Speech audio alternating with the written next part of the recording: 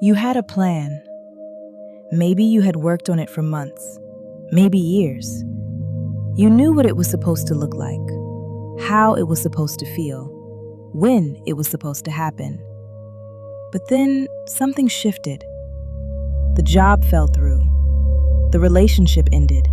The door closed. And the version of your life you had been building toward suddenly wasn't the version you were living. And nobody tells you what to do with that. Nobody tells you how to grieve a future that never came, how to stand in the rubble of something you planned so carefully and figure out what to build next. This is the Better You Project, your weekly reset button. Today we are talking about what happens when life doesn't go as planned and how to find your footing again when the ground shifts beneath you. That said, there is something worth knowing about the relationship between plans and real life. Our plans are built on assumptions. Assumptions about how people will behave, how circumstances will unfold, how long things will take, how ready we will be. And the world, reliably and without apology, does not always cooperate with our assumptions. Plans break, timelines shift, people change, unexpected things arrive. This is not failure. This is life operating exactly as it always has, in ways that are only partly within our control. The most resilient people are those who have learned to hold their plans with conviction and looseness at the same time. Committed to the direction, flexible about the route. Think of a seed buried beneath the soil. From the outside, it looks like nothing is happening, but beneath the surface, everything is changing. Growth begins long before anyone can see it. Life works the same way. When things don't go as planned, it can feel like you're stuck underground, but often that's where you're growing the most.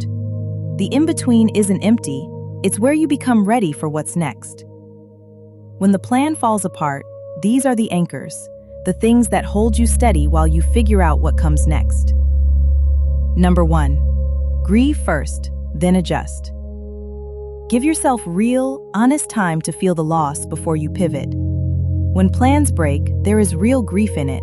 Grief for the future you imagined, the version of yourself that was going to live it, the certainty you relied on. That grief deserves to be acknowledged before you start building something new. Rushing into the next plan too quickly is often just a way of avoiding the feeling. Feel it first. The next chapter will still be there when you are ready. Number 2. Separate what you lost from who you are. A lost job is not your identity. A broken relationship is not proof of your worth. A plan that fell apart is not evidence of your capability. One of the most dangerous things that happens when life shifts unexpectedly is that we collapse the loss into our sense of self, as if what went wrong is a verdict on who we are. It is not. What happened, happened. Who you are is still intact, still growing, still capable of something extraordinary. Keep that separation clear. Number 3, find the one thing you can control today. When everything feels unstable, identify one small thing within your control and do it. Make the bed. Send the email you've been putting off. Go for a walk. Cook a real meal. One deliberate act of agency, however small, sends a signal to your nervous system that you are not powerless. You cannot control what happened. You can always control one small thing about today. Start there. Number 4, ask a different question. Most of us, when plans fall apart, ask, "Why did this happen to me?" It is an understandable question, but it rarely gives us useful answers. Try replacing it with, "What do I want to be true about how I move through this?" That question puts you back in the driver's seat. You may not have chosen this detour, but you get to choose the kind of person who navigates it. That choice matters more than the circumstances do. Number 5, trust that the story isn't over.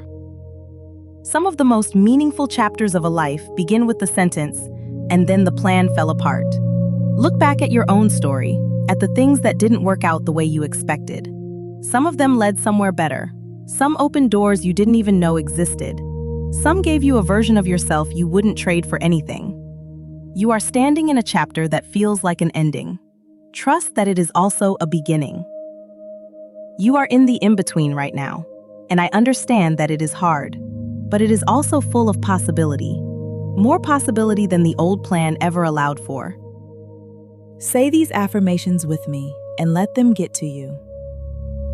I am allowed to grieve what I planned without losing faith in what is coming.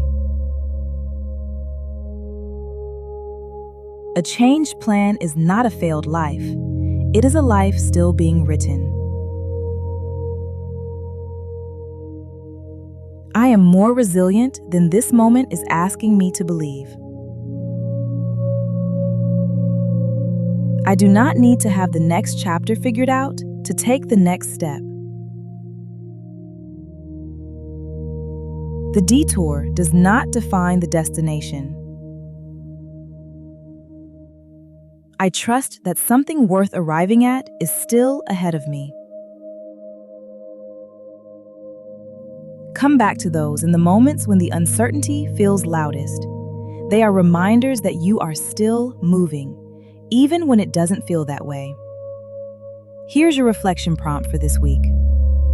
We spend so much energy comparing what is to what was supposed to be, and that comparison is always going to make the present feel like a deficit. When you stop measuring this chapter against the one you planned, something opens up.